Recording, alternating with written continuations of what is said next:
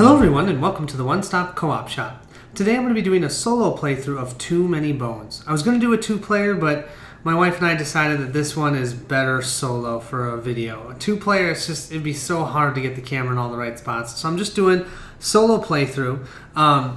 Just so you know, if you want to see other solo playthroughs, Rolling Solo, I think he might have just finished his. I can't remember, but he uses Picket and he goes against Drellin. And he has one either going on right now or finishing soon, or just finished. Also, we all know Ricky Royal. He Box Delights. He has a playthrough against Molmesh, and he plays Nugget. So I thought, well, I want to try a different character. So I'm doing Ghillie, and I will be doing a solo playthrough against the Goblin King. Now, just like normal, if you'd like to see a setup video, hang out here. Otherwise, check out the video below this one in the playlist, and that will be the playthrough. Thanks so much for watching, and I hope you guys enjoy. The first thing when setting up for playing Too Many Bones is you want to pick your gear lock. This is going to be my gear lock, Ghillie. Each one will have its own mat with skills set area, specific stat area. You'll have your initiative die and your specific, I don't even know what you call that, chip, because this is Chip Theory Games. So your chip that has your character on it. And then I just already grabbed the health underneath for, just so I already have that set together. You'll also want to grab, and this is really important, the reference sheet for your gear lock. Now, they came out with version 1, and then version 2 is online, and I highly recommend printing out version 2. Version 2 had all the sides of the dice here for all the different skills, so you know what you're looking at. Before, you used to have to look here to see what the name was, then you go and look at the individual die, and then you'd have to see on the individual die what sides would be on that die itself. So this saves you a ton of time, so I highly recommend that. I'm going to go over this mat really quickly. Here we have the stat area for Ghillie. So the first thing is, we know that he starts with 4 health. 1, 2, 3, 4. And then we can place his chip right on top. And yes, I would say that these premium chips are absolutely worth it. They are so awesome. I think they're only like 20 or 30 bucks, and they're worth every penny when you're playing. It just makes it feel cool. Your attack lets you know how many attack dice you have available to roll each round. So I have 2 attack dice. Now I have no defense dice. And this dexterity number lets you know how many dice or movement I have each round. So for one round, I can roll up to 3 dice, or I can move once and roll 2 dice, or maybe I can move 3 times and roll no dice. But that's what dexterity is. Now, in each of these spots, throughout the game, we can level these up. And we have a D6 that we can place in here to increase by 1. So let's say I have dexterity at 4. Putting this here now means I have dexterity of 4, so I could roll 4 dice, or I could move once and roll 3 dice. Same thing here, we'd add 1 to health, or 1 to attack, or 1 to defense. Upgrading attack and defense are a little bit different than everything else. I'll just show you that in the playthrough. I'm not going to go through that right now. This ranged means that I am a ranged enemy, and I can attack at a distance. I don't have to be adjacent. It also denotes where I'll be on the battle mat, which once again I'll show you later. Each gear lock has an innate ability. I have an innate scout ability, which means that I can scout either a level 1, level 5, or level 20 baddie at the beginning of each encounter, and I can flip that one on the bottom of the pack if I don't want to deal with it. Innate plus 1 gives me a scout master. I can do that with 2 of them if ever I get to the innate plus 1.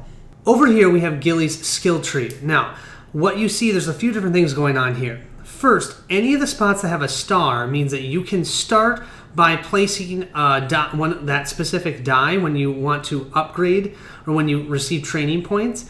I can place one dice number 3 right into the hidden rut spot. I don't have to do first the rusted spikes, then the woven snare, then the hidden rut. But if I wanted to do this green set, like I wanted to get this marked enemy, since this one only has a star, I have to start here, then I'd upgrade by getting a second skill die, and then when I get another training point, I get the 3rd skill die. So some of them will have where you can start anywhere you want, so like the red one, and some of them you have to start in a specific spot, and then you'll level up as you go. I also have these different companions that I can use that, once again, I can pick any of the 3 companions or get the command die at any time. You also have consumables. Consumables you can only get by having fortunate discoveries. And when you have a fortunate discovery, you then place that specific die that would be here for that consumable. So like this extra mech leg, it's dice number 4. And so if I found a fortunate discovery, I'd be able to put that die here, and then I could roll that if I wanted to. But I only get that if I have a fortunate discovery. Here we have our active or locked slots. So certain dice, like defense dice, if I roll a defense die and I get a 1, I can put this up here and I have a 1 defense. That means it's active and available, and the next time I get attacked, I would use up this defense die. There are some dice that can be locked, meaning that they affect the entire encounter, or they're there until something takes it away. I don't have many locked dice. I'm not sure if you're going to see that in this playthrough, but that can happen, especially for certain gear locks. Every gear lock has a backup plan, and each spot, most spots, will have a certain special ability. For Ghillie, all of them do. And I'm not going to go through all of them. We'll do those as the playthrough. But anytime I roll a bone, which is a miss, I can put those missed dice into my backup plan. And then one time during my turn, I can activate any of the abilities that I have bones up to. So I could switch targets or split targets or even have a fortunate discovery. If I did the fortunate discovery, I'd remove all 3 of these. If maybe I had done the split target and I had 3 of these, but I decided to do the split targets, I would remove these 2 and leave 1 bone here.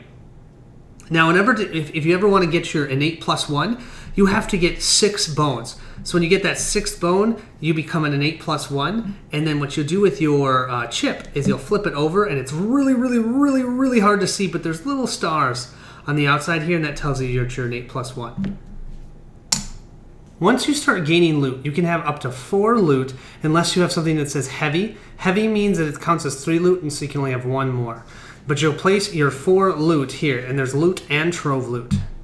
The next step is picking your tyrant. So in this game, the whole point of the game is to try and defeat a specific tyrant. Our tyrant for this game is going to be the Goblin King. Unpredictable in nature, the Goblin King has held tight control over the Warspire region through sheer terror. His followers are extremely loyal, and no one dares fall out of line for fear of getting a bomb in the back. So you can just imagine he has some sort of bomb effect. On here, down at the bottom, you'll see that there's these different icons. That tells you the types of enemies that you can encounter in this game. So what I've already done is I've gone through the 1s, the 5s, and the 20 baddies, and I've pulled out so that only those specific baddies are there. So you can see this little mushroom icon, so that means that we can encounter this one. I pulled out I think there's 2 other types, and those ones we will not see during this playthrough. Also, down in the corner here, it tells you your game length. So even though this is somewhat of a longer game length, I think it's 4 out of 6 or something like that. It's hard to see that on the card.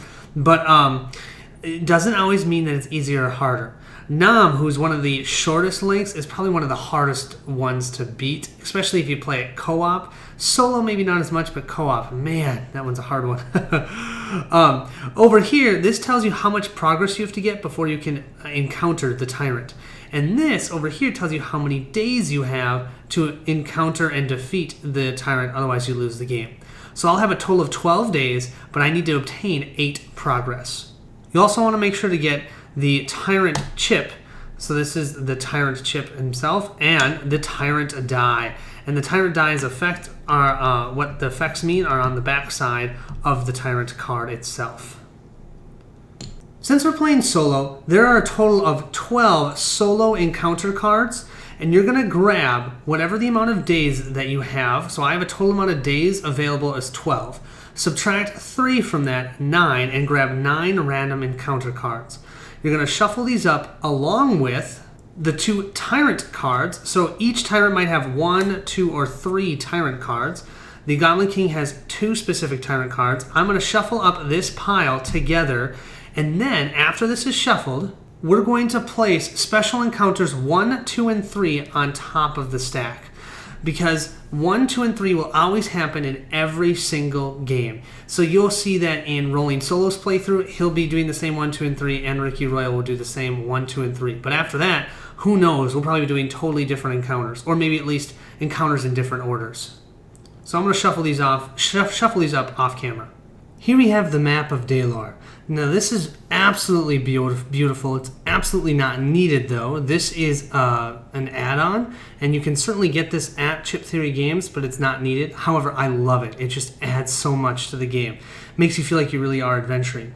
Now, depending on which Tyrant you're playing and what amount of days you need to be able to defeat them, you'll place them either here, here, or here. Since we're doing an 8-day one, we'll place the Tyrant right here. Place this Tyrant die there, and then what you can see, we need 1, 2, 3, 4, 5, 6, 7, 8. Once we have 8 progress, we're able to take on that Goblin King. This is our day tracker. Once we get to 12 days and we're supposed to go to the 13th day, we've lost the game. So this will determine how many days we have and what day we're at. Also, this determines how many enemies come on the board. For each day we go by, we have more enemies that are going to come on the board because our battle points will go higher. You always take the number of days times the number of gear locks. So for the first day, it'll be 1 times 1. But let's say it's on the 5th day, well, it's 1 times 5. But as you can see, if you're playing co-op and you have 2 or 3 characters, that number can get high very quickly. Here we have the battle mat. This is one of the most important and what you're going to spend the most of the time in the game on. You're going to be moving enemies around, plus your own hero. You're going through here, attacking, and it's a lot of fun. Now, in this area, this is where the baddies will spawn from. So they'll be either, depending on if they're melee or ranged, and which order they come in, they'll be in a certain spot here. We can then come in, if we're melee, in this area, or if we're ranged, this area. Since I'm ranged, I will always be coming in this row. Now here's the thing. Melee enemies and melee gear locks can only attack adjacent enemies. So they're going to have to move around. But ranged enemies and ranged gear locks can hit anything on the board. There's no line of sight. So that's something to watch for and makes this game harder. But it also makes it easier to understand because you don't have to worry about, oh, does he have line of sight? Can he see? No, none of that. Just ranged anywhere. Melee, you have to be adjacent. And of course, it is orthogonally adjacent, not diagonally adjacent. Only certain enemies can move diagonally, and usually they're bosses or 20-point baddies. All others are going to have to move orthogonally as well on the mat. Over here we have the initiative meter, or the ini meter. This is where we determine the order of the battle. So is it going to be enemy 1 or baddie 1, baddie 2, baddie 3, and then a gear lock or whatnot. And we're going to roll our initiative die and then place the initiative dice for the enemies depending on what their specific tokens say. And then we use that to determine initiative order. Now sometimes things will move back and forth, but usually this is pretty stagnant. Next, you'll want to make sure to shuffle up your trove loot and your loot because you'll be hopefully getting both of those throughout the game. Make sure to get yourself all of the status dice, a regular D6 that you might need, and my favorite, the lock-picking dice. Get your health tokens all set up, and when you put baddies on the board, these are used to determine where they're going in which lane and their initiative order, so make sure to set those up. And of course, don't forget to set up your chips for the level 1 baddies, level 5 baddies, and level 20 baddies. Make sure to grab your Gearlock Adventure Reference Guide. You are going to be using this all the time. Helps you with lock picking, what you can do in between encounters, and then on the flip side, it's going to have all the baddie skills and encounter items and their abilities, how you use training points, encounter icons. Oh my gosh, it's just there's so much here. So make sure to have this reference sheet available. You're going to be looking at it often, and so am I. I've even played this game, I think, 9 times, and I'm still using this. I can't believe I almost forgot to say this. Get your skill dice that are for your specific gear lock. So you'll be able to determine that by the color. So I'm green, here's my green dice, and then you'll get just the generic attack and defense dice as well. That is the setup for Too Many Bones. Hope you guys are excited. We're going to try and take on that Goblin King. I don't know if we're going to beat him. I haven't beaten him yet solo, but I thought, you know what? Let's give it a shot. This is going to be somewhat of a long video, so I'll make sure in the playthrough I'll put on spots, what do you call them, timestamps, so you can go to different timestamps. And that's something I want to ask you guys too, and if you put in the comments below, I'd appreciate it. Are you guys still cool with my one video playthrough? I know a lot of different channels do multiple playthrough or multiple videos for the playthrough. So you might even have 12 plus videos for this game because each day is a video. I still kind of prefer doing the one playthrough just simply because it's easier for me, since that's how I have to take everything down each night since I play on a kitchen table. But I'm curious what you guys think. If you'd prefer episodic or you like the one video and then just having the spots where you can jump to, or you can just save it and come back to it later. Let me know, and I hope you guys are excited for the playthrough. Thanks so much.